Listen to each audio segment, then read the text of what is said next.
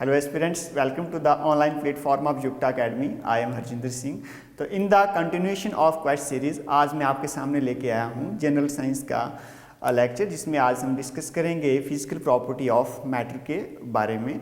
तो lecture start करने से पहले मैं आपके सामने एक अनाउंसमेंट लेके आया हूँ। देखिए स्टूडेंट्स, हमारा चंडीगढ़ ब्रांच में 15D सेक्टर में 21 अप्रैल से HAS का pre plus mains foundation batch start, और यहाँ पे आप देखोगे 5 मई से अगेन चंडीगढ़ ब्रांच में, जो कि सेक्टर 25D में अभी नई ओपन हुई है, तो वहाँ पे हिमाचल प्रदेश जी के कोर्स स्टार्ट होने जा रहा है, जिसकी क्लासेस जोगटा सर यहाँ पे लेंगे। और साथ ही में 8 मई से शिमला ब्रांच में यहाँ पे BCS में एक एक्सक्लूसिव बैच स्टार्ट होने जा रहा है अलाइड एंड नायब तहसीलदार को लेके।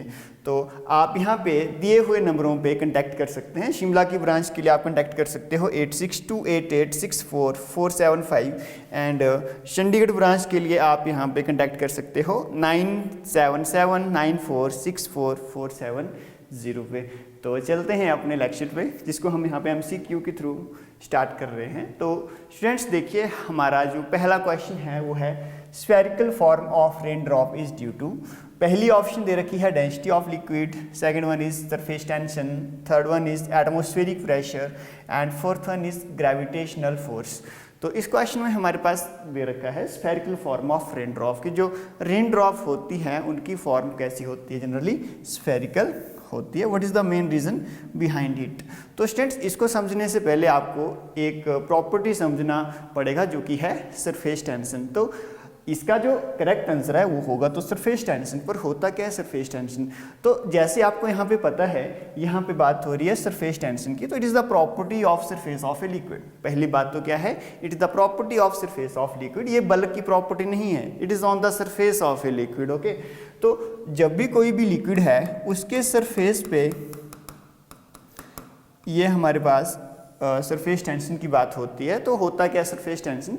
It is generally the property of a liquid by virtue of which it tries to attain the minimum surface area. Okay, मतलब एक जो लिक्विड है वो एक इलास्टिक मेम्ब्रेन की तरह बिहेव करता है, एक इलास्टिक स्ट्रेच्ड मेम्ब्रेन की तरह बिहेव करता है, जिसकी वजह से ये ट्राई करता है कि मिनिमम सरफेस एरिया को अक्वायर करे। ओके, कोई भी जो लिक्विड ड्रॉप है, इसका जो सरफेस है यहाँ पे, ये क्या करेगा? मिनिमम सरफेस एरिया को अक्वायर करने की ट्राई करेगा। ओके, अगर हम मिनिमम सरफेस एरिया को अक्वायर करने की ट्राई की बात करेंगे तो उसी को हम क्या बोलेंगे यहाँ पे? Surface tension.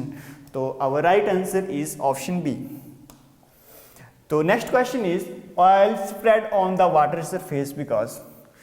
पहली ऑप्शन दे रखी है oil is denser than water, second option is oil is less dense than water, third is surface tension of oil is more than water, and fourth option is surface tension of oil is less than water। ठीक है students, तो यहाँ पे हम देखें तो कोई भी चीज़ को जब आप किसी दूसरी ऑब्जेक्ट के ऊपर रखते हो तो कब वो फैल जाती है, कब वो स्प्रेड होती है? It is the property of surface tension. मान के चलिए यहाँ पे एक टाइप का लिक्विड और दूसरा हमारे पास B टाइप का लिक्विड। अगर A टाइप के लिक्विड को B टाइप के लिक्विड के ऊपर आप पोर करते हो, तो अगर A जो लिक्विड है इसकी जो सरफेस टेंशन है B से अगर ज़्यादा हुआ तो ये स्प्रेड नहीं करेगा। अगर A का जो सरफेस टेंशन है B लिक्विड से कम हुआ तो इसका मतलब इसके ऊपर क्या कर जाएगा? स्प्रेड कर जाएगा। तो सेम बात यहाँ पे हम करेंगे। जो ऑयल होता है उसका जो सरफेस टेंशन है वो वाटर के सरफेस टेंशन से क्या होगा? कम होगा। ओके, तो इसलिए जो ऑयल है वो इसके ऊपर क्या कर जाएगा? स्प्रेड कर जाएगा। तो यहाँ पे जो राइट ऑप्शन रहने वाली है वो है the surface tension of oil is less than that of water. तो option D is the right answer. तो स्टूडेंट्स, आपको सरफेस टेंशन के बारे में बता दूं, जो मैथमेटिकली हम सरफेस टेंशन को राइट डाउन करते हैं, इसका फॉर्मूला होता है फोर्स पर यूनिट लेंथ। ये हमारे पास सरफेस टेंशन का जनरली फॉर्मूला होता है। Okay, our next question is what happens when some charge is placed on a soap bubble. तो पहली ऑप्शन हमारे पास दे रखी है its radius increases, second is its radius decreases, third option is the bubble collapse, D is none of the above. तो students यहाँ पे देखिए, जब भी हम यहाँ पे चार्ज की बात करते हैं तो चार्ज दो तरह का हो सकता है, it may be positive charge और it may be negative charge. Okay, तो हमने क्या किया, एक यहाँ पे सोप बबल ले लिया और इसके ऊपर कोई भी चार्ज यहाँ पे प्लेस कर दिया। मान के चलिए इसके ऊपर चार्ज है नेगेटिव चार्ज। जब भी आप इसके ऊपर नेगेटिव चार्ज प्लेस करोगे तो आपको एक चीज़ पता होनी चाहिए कि जो लाइक चार्जेस होते हैं, एक तरह के चार्जेस होते हैं, अगर आप वहाँ उसको किसी पोजीशन के ऊपर यहाँ पे जगह पे रखोगे तो अपने आप को रिपेल करेंगे और इस सोप बबल पे पूरे सरफेस पे एक्वायर हो जाएंगे। तो मान के चलिए यहाँ पे आपने नेगेटिव चार्ज को प्लेस किया, तो अगर ये नेगेटिव चार्ज है, इनके बीच में क्या होगा, फोर्स ऑफ रिपल्शन होगी और इस तरह से ये क्या हो जाएगा, पूरे के पूरे बबल के ऊपर डिस्ट्रीब्यूट हो जाएगा। जैसे इन चार्जेस के बीच में फोर्स ऑफ रिपल्शन होगी, उसी रिपल्शन की वजह से इसका जो रेडियस होगा वो क्या हो जाएगा, साइज में इंक्रीज हो जाएगा। तब तक ये बढ़ता रहेगा जब तक सरफेस टेंशन जो लग रहा है इसके ऊपर उसके साथ इक्विलिब्रियम में ना आ जाएं। तो इससे क्या देखा हमने कि जैसे ही लाइक चार्ज यहाँ पे हमने रखा तो उससे जो फोर्स ऑफ रिपल्शन हुई उसकी वजह से जैसे चार्जेस एक दूसरे से दूर जाना चाहेंगे, उसकी वजह से यहाँ पे जो ये लिक्विड यहाँ पे जो ये सोप बबल है उसका साइज भी बढ़ेगा, मतलब उसका रेडियस इंक्रीज होगा। तो our right answer is A, it's radius will increase. तो our next question is hydraulic lift work on. पहला ऑप्शन है Archimedes principle, second is Newton's law of motion, third one is Bernoulli's principle and last one is Pascal's law. तो students hydraulic lift जो हैं वो work करती हैं Pascal's law के ऊपर। तो our correct answer is option D. तो होता क्या है पास्कल्स लॉ, इसके बारे में हम थोड़ा बात कर लेते हैं। मान के चलिए हमारे पास यहाँ पे एक इनक्लोज्ड वेसल है और मान के चलिए हमारे पास पॉइंट ए है और यहाँ पे पॉइंट बी। हमने क्या किया, इस पॉइंट ए के ऊपर कुछ प्रेशर अप्लाई किया। This is incompressible fluid. तो अगर आप यहाँ पे मान के चलिए कुछ प्रेशर अप्लाई कर रहे हैं तो सेम प्रेशर आपका कहाँ पे लगेगा, सेम प्रेशर आपका बी पॉइंट पे लगेगा। तो पास्कल लॉ के अकॉर्डिंग अगर किसी भी इनकम्प्रेसिबल फ्लूइड जो कि यहाँ पे इनक्लोज्ड वेसल में रखा हुआ है, अगर आप किसी पॉइंट के ऊपर कुछ प्रेशर अप्लाई करते हैं तो वो प्रेशर हर एक पॉइंट के ऊपर इक्वली डिस्ट्रीब्यूट हो जाएगा। तो सेम कॉन्सेप्ट यहाँ पे लग रहा है, अगर आप ए पॉइंट के ऊपर कुछ प्रेशर अप्लाई कर रहे हो तो इट मीन्स सेम जो प्रेशर है वो बी पॉइंट के ऊपर भी क्या होगा, डिस्ट्रीब्यूट होगा। ओके, तो ये क्या कहलाता है, पास्कल्स लॉ। अब अगर हम यहाँ पे हाइड्रोलिक लिफ्ट की बात करें तो इस केस में अगर देखें, अगर सेम प्रेशर, जितना प्रेशर आप यहाँ पे मान के चलिए this is point A and this is point B, जितना प्रेशर आप ए के ऊपर अप्लाई करोगे उतना ही प्रेशर कहाँ पे लगेगा हमारा, उतना ही प्रेशर आपका यहाँ पे बी पे भी लगने वाला है। ओके, मान के चलिए यहाँ पे जो एरिया ऑफ क्रॉस सेक्शन है इट इज़ 1 यूनिट और यहाँ पे जो एरिया ऑफ क्रॉस सेक्शन है इट इज़ 10 यूनिट। अगर यहाँ पे हम प्रेशर की बात करें, मान के चलिए इट इज़ 1 यूनिट प्रेशर यहाँ पे मान के चलिए कितना लग रहा है, 1 यूनिट प्रेशर लग रहा है। तो उसी हिसाब से अगर हम पास्कल लॉ की बात करें तो यहाँ पे भी कितना यूनिट प्रेशर लगना चाहिए, यहाँ पे भी 1 यूनिट प्रेशर लगना चाहिए। तो इसी हिसाब से अगर हम देखें, अगर हमें पता है कि जो प्रेशर होता है थ्रस्ट पर यूनिट एरिया, या फिर हम इसको अनदर वर्ड्स में बोल सकते हैं perpendicular force acting on per unit area, that is pressure. तो यहाँ पे कितनी परपेंडिकुलर फोर्स लग रही है पर यूनिट एरिया पे, वो क्या कहलाया जाएगा, प्रेशर। तो अगर यहाँ पे देखें हम ए पॉइंट की, अगर हम यहाँ पे ए पॉइंट की बात करें तो ए पॉइंट के ऊपर हमें पता है जो हमने एरिया माना दैट इज 1 यूनिट और यहाँ पे प्रेशर कितना था, प्रेशर अगेन हमारे पास यहाँ पे 1 यूनिट था। तो हमें पता लग गया कि जो प्रेशर था it is force upon area. अगर पॉइंट ए पे देखें तो प्रेशर 1 यूनिट, यहाँ पे देखा जाए एरिया भी 1 यूनिट, और यहाँ पे अगर हमें ये 1 यूनिट करना है तो फोर्स को कितना होना पड़ेगा, यहाँ पे 1 यूनिट होना पड़ेगा। इट मीन्स जो पॉइंट ए है इसके ऊपर जो फोर्स लग रही है ये भी कितनी यूनिट लग रही है, फोर्स यहाँ पे लग रही है 1 यूनिट। अब हम यहाँ पे बात करेंगे पॉइंट बी की। जो यहाँ पे पॉइंट बी है अगर उसकी बात करें अकॉर्डिंग टू पास्कल्स लॉ तो उस केस में यहाँ पे लगने वाला प्रेशर भी सेम होगा। तो अगेन हमें पता है प्रेशर जो होता है फोर्स अपॉन एरिया होता है। इस केस में हमने जो अभी एरिया माना था वो 10 यूनिट माना था। तो अगर प्रेशर यहाँ पे 1 यूनिट लग रहा है और यहाँ पे एरिया 10 है तो अगर इसको 1 करना है हमको तो फोर्स को कितना यूनिट होना पड़ेगा, यहाँ से फोर्स को 10 यूनिट होना पड़ेगा, तभी हमारे पास इसकी वैल्यू कितनी आएगी, 1 आएगी। अगर आप यहाँ पे थोड़ा ध्यान से देखें तो प्रेशर जितना हमने यहाँ पे लगाया उतना ही यहाँ पे लग रहा है, बट यहाँ पे जो फोर्स थी वो 1 यूनिट थी और यहाँ पे जो फोर्स थी वो कितनी थी, 10 यूनिट हो गई। इससे हमें ये पता चलता है कि अगर हम यहाँ पे एक साइड पे कम फोर्स लगाते हैं वो फोर्स दूसरी साइड को लार्ज अमाउंट में डिस्ट्रीब्यूट हो जाती है। तो इस तरह से हम किसी भी हैवी ऑब्जेक्ट को इजीली लिफ्ट कर सकते हैं, that is the Pascal's law. तो इसलिए हमारा जो राइट आंसर है it is option D. Okay, अब हमारा नेक्स्ट क्वेश्चन है, when an air bubble at the bottom of lake rises to the top it will, पहली ऑप्शन है increase in size, second is decrease in size, third one is maintains its size and fourth one is flatten into A disc like shape. तो students एक चीज़ आपको ध्यान देनी है, जब भी हम किसी भी लिक्विड सरफेस की बात करते हैं तो विद डेप्थ, जब हम डेप्थ के साथ नीचे को जाते हैं तो जो लिक्विड प्रेशर एक्सर्ट करता है वो क्या होता है, इंक्रीज होता है। ठीक है, जैसे हम डेप्थ के साथ h नीचे की तरफ जाएंगे, ठीक है, तो उसके साथ जो प्रेशर क्या होता है वो बढ़ता है। अब हमारे पास यहाँ पे एयर बबल की बात हो रही है जो कि लेक के बॉटम में है। अब यहाँ पे कोई भी एयर बबल है जो लेक के बॉटम से ऊपर की तरफ आना चाहेगा, तो इसके साथ साथ में क्या हो रहा है, जो लिक्विड यहाँ पे प्रेशर एग्जर्ट कर रहा है वो डिक्रीज हो रहा है। अगर प्रेशर डिक्रीज हो रहा है इट मीन्स जो यहाँ पे एयर बबल है इसका साइज क्या होगा, साथ साथ में इंक्रीज होता रहेगा।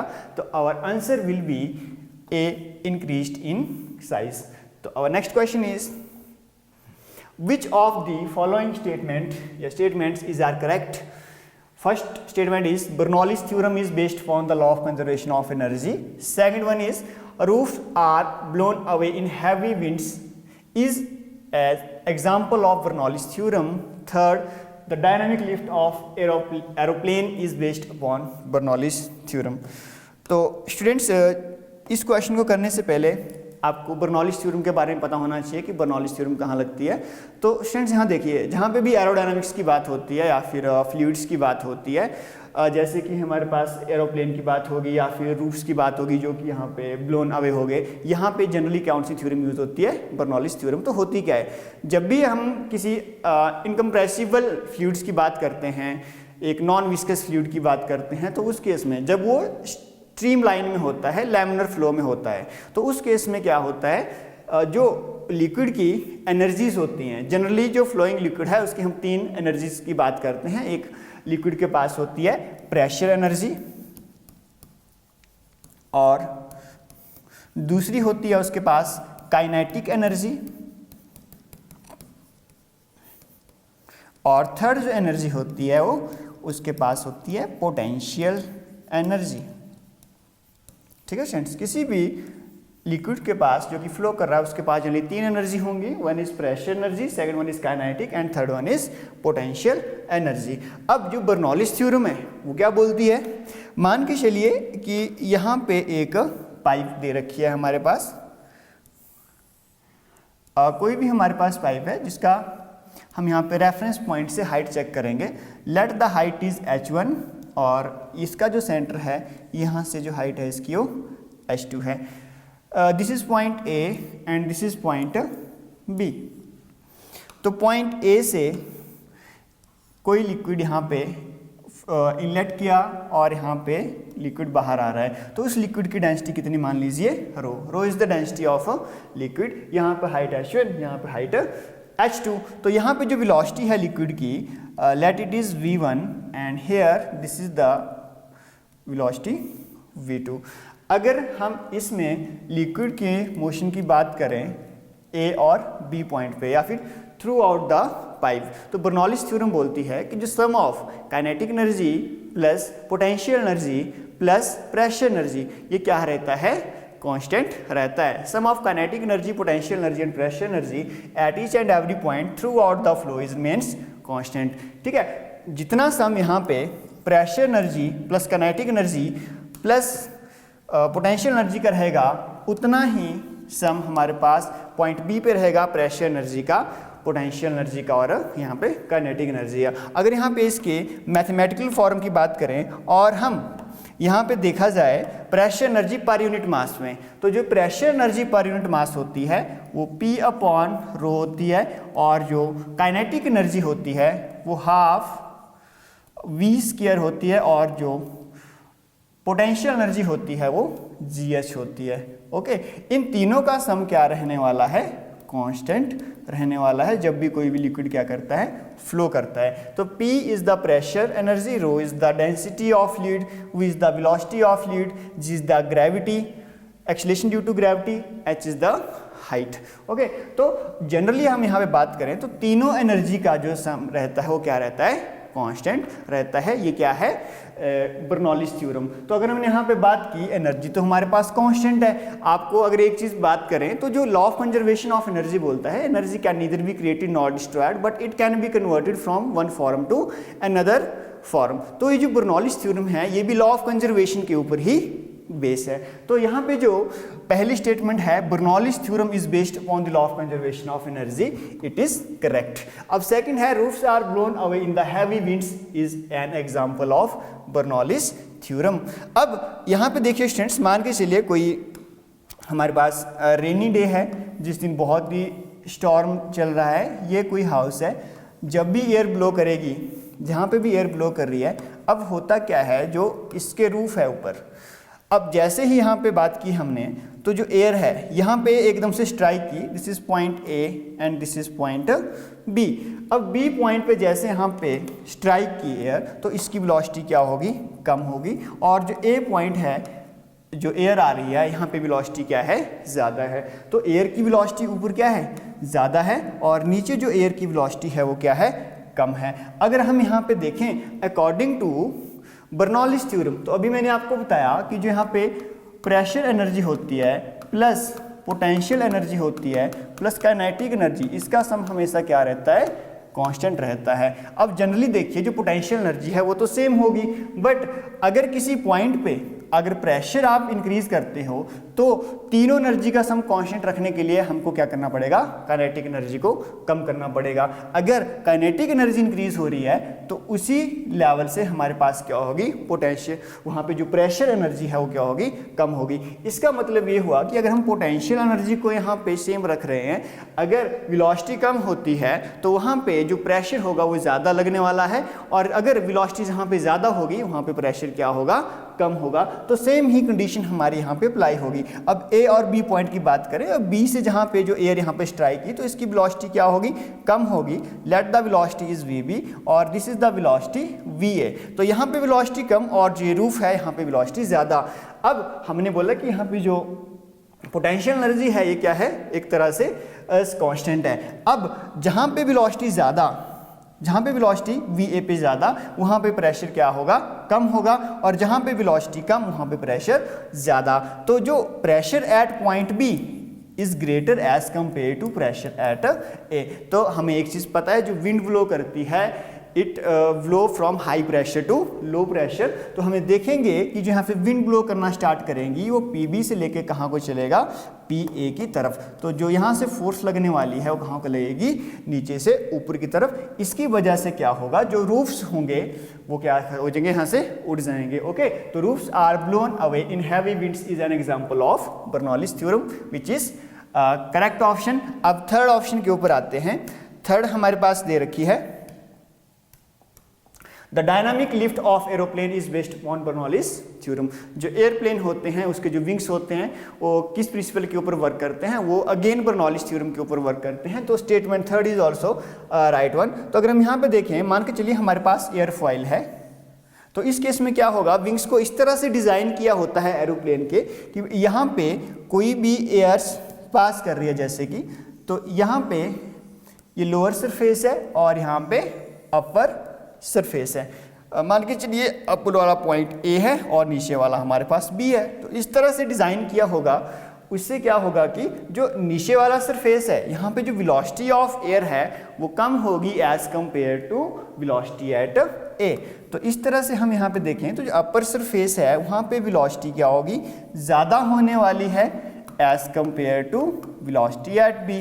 तो हमने अभी देखा कि जहाँ पे वेलोसिटी ज़्यादा तो अगर वेलोसिटी ज़्यादा है तो वहाँ पे ऑटोमेटिकली प्रेशर कम होगा, और जहाँ पे वेलोसिटी कम है वहाँ पे प्रेशर क्या होगा, ज़्यादा होगा। तो V पे वेलोसिटी क्या थी, V पे वेलोसिटी कम थी, तो जो प्रेशर होगा at point B it is greater as compare to pressure at A। तो इसकी वजह से क्या होगा, P से A की तरफ जैसे ही प्रेशर अप्लाई होगा उसकी वजह से जो एरोप्लेन है वो अपलिफ्ट होना स्टार्ट कर देगा। ओके, तो इसी तरह से जो प्लेन है वो हवा में उड़ते हैं। तो dynamic lift off aeroplane is based upon the Bernoulli's theorem, it is also correct. तो हमारे पास जो ऑप्शन रहेगी 1, 2 एंड 3। ओके, चलते हैं नेक्स्ट क्वेश्चन पे। नेक्स्ट हमारे पास क्वेश्चन दे रखा है, the two bubbles of soap of different diameter come in contact with a tube, then what will happen. पहली ऑप्शन है the size of both the bubble will remain same. Second one is the smaller bubble will become smaller and bigger bubble will become bigger. Third is the smaller bubble will become larger and larger will become smaller to get the same size. Both bubbles will burst as soon as they come in contact. तो students यहाँ पे एक चीज़ आपको ध्यान रखनी है, एक चीज़ आपको बता दूँ, जब भी हमारे पास एयर बबल की बात होती है तो उसके अंदर जो प्रेशर होता है एयर बबल के अंदर जो प्रेशर होता है it is inversely proportional to the radius of a bubble. जितना ज़्यादा रेडियस होगा बबल का, ठीक है, उतना ही कम उसके अंदर प्रेशर होगा, और जितना कम रेडियस होगा उतना ज़्यादा क्या होगा, प्रेशर होगा। इस बात को आप थोड़ा ध्यान रखिए। अब हमारे पास दो बबल यहाँ पे दे रखे हैं, दोनों का डायमीटर डिफरेंट है, इसका मतलब रेडियस भी डिफरेंट है। This is of larger size and this one is of smaller size. इसको हमने क्या किया, किसी पर्टिकुलर ट्यूब के साथ कनेक्ट कर दिया। अगर पर्टिकुलर ट्यूब के साथ कनेक्ट कर दिया, अब अकॉर्डिंग टू फॉर्मूला जो मैंने अभी आपको बताया, जितना कम रेडियस उतना ज़्यादा प्रेशर। तो this is bubble b and this is bubble a. तो जो प्रेशर होगा बी पे ये ज़्यादा होगा एज कंपेयर टू ए, क्योंकि जो प्रेशर था वो था इनवर्सली प्रोपोर्शनल टू रेडियस। ठीक है स्टूडेंट्स, जो मैंने अभी आपको बताया, तो यहाँ पे बी पॉइंट पे प्रेशर ज़्यादा होगा एज कंपेयर टू ए, क्योंकि रेडियस कम प्रेशर ज़्यादा, रेडियस ज़्यादा प्रेशर कम। तो यहाँ पे क्या होगा, जो भी इसके बीच में एयर होगी वो बी से कहाँ को जाना स्टार्ट करेगी, ए की तरफ जाना स्टार्ट करेगी। तो इसलिए जो बी का साइज़ है वो कम होने लगेगा और जो ए का साइज़ है वो इंक्रीज होने लगेगा। तो इसलिए जो हमारे पास करेक्ट आंसर रहेगा वो है the smaller bubble will become smaller and the bigger bubble will become bigger. Okay students, तो our right answer is option B.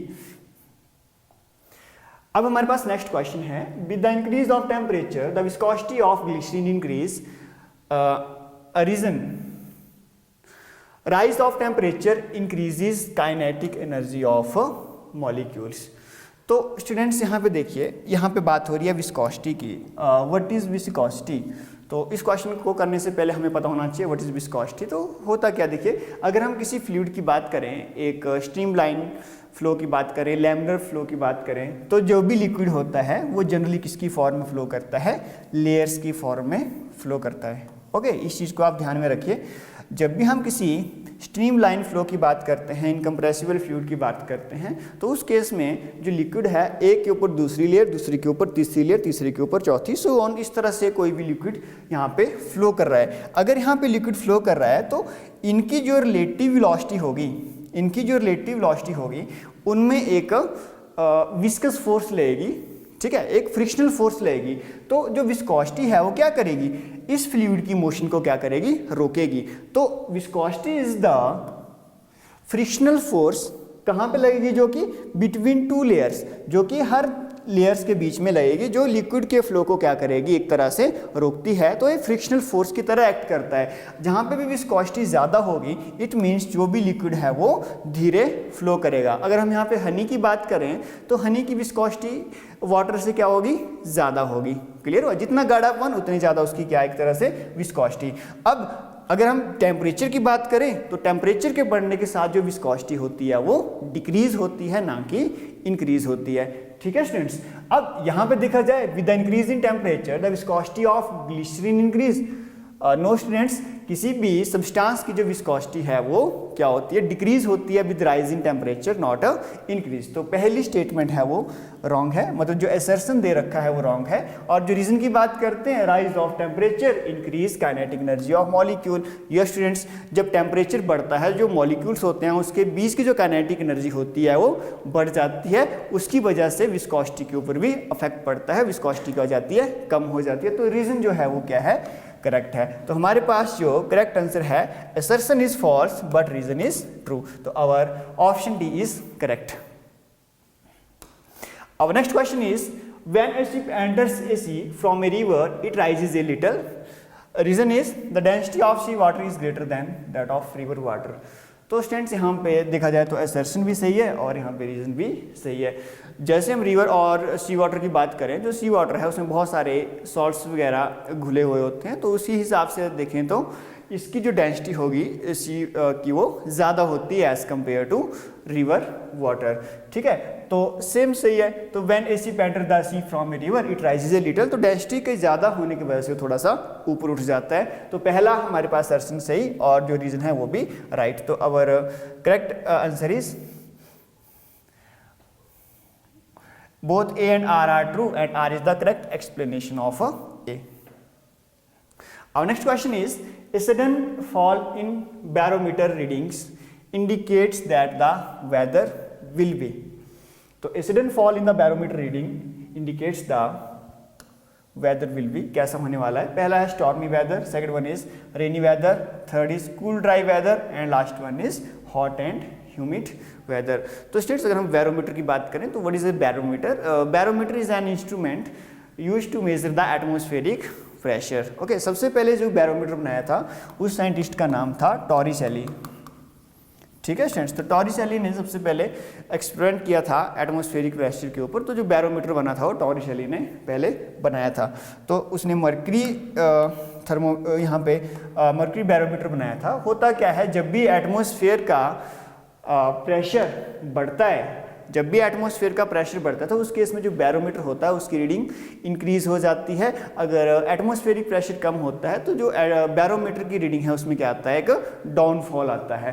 तो जैसे ही डाउनफॉल आया तो इसका मतलब ये हुआ कि जो नियर बाई का एरिया होगा वहाँ पे जो प्रेशर है वो कम है। अगर प्रेशर कम है तो वहाँ पे टेम्परेचर क्या होगा, ज़्यादा। तो उस टाइम पे जो कंडीशंस बनती है वो बनती है एक तरह से स्टॉर्म की कंडीशन। तो हमारे पास जो करेक्ट आंसर है वो है स्टॉर्मी वेदर। ओके स्टूडेंट्स, तो स्टूडेंट्स इसी के साथ आज का लेक्चर एंड होता है।